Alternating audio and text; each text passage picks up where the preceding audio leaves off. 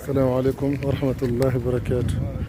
Bandiraɓe musidɓe julɓe, ɗiɗo pooli koni ko e natirde damal Uhud.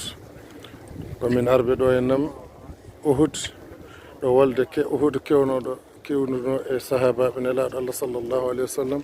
Ɗiɗo pooli ko ɗo ɗi goni. Hayre nde noon neni, hayre Uhud nde andini. Machallah, ɗum ɗo fof ko hayre nde. Ɗo woni nokku oɗo bange to ngabbunoɓe ɓe ngabbunoɗo arrumatul khamsin e gardugol mana ha joni Jubayr ko ɗo woni to ɓe gonno. Alhamdulillahi rabbil alamin, ɗum to ɓe gonno oɗo bange noon. Ɗum ɗo grillage mo dara toon to min tindi ɗon mana sahudinnoɓe ñande Uhud ɓe ko ɗo leeli. Nde ɓe cahudini nelaɗo sallallahu alaihi wa sallam yamiri goto fof yo acce leloɗo leeliɗo, goto fof yo acce leloɗo leeliɗo e yamirore nelaɗo sallallahu alaihi wa sallam.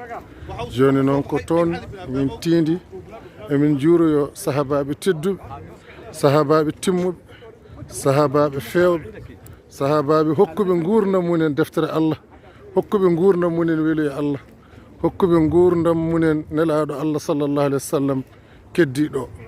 Se gari ɗo noon eɗen ciftoro Mus'ib ibn Umayr, sahaba jontaɗo e nder zamanu mum, tottunoɗo ɗo wonki mum, ene jogui drapeau nelaɗo sallallahu alaihi wa sallam, sali drapeau o mema leydi.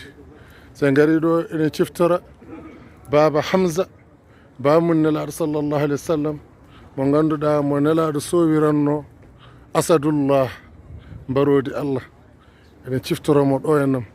Se gari ɗo ne ciftora capanɗe jeeɗiɗi fof lelinoɓe ɗo e nder mana ha joni oɗo ñalawma mawɗo, ñalawma Uhud, mo Allah windanno darsu wonande mana ha joni leñol nelaɗo men Muhammad sallallahu alaihi wa sallam.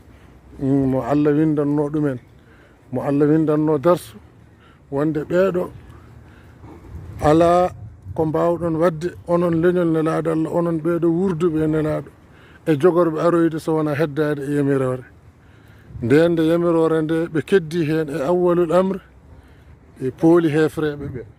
Nden noon ɓe telliyima kadi e waɗoyde mana ha joni hoccoyde hunde e galle polgu ngu wahliti faati banggue hefreɓe. E on saaha noon wargo ngo waɗi hundere nde muusi, kono noon ene waɗi mana ha joni hunde ganduɗa darsu wonande ummatul islam, darsun kabir lil ibqa'i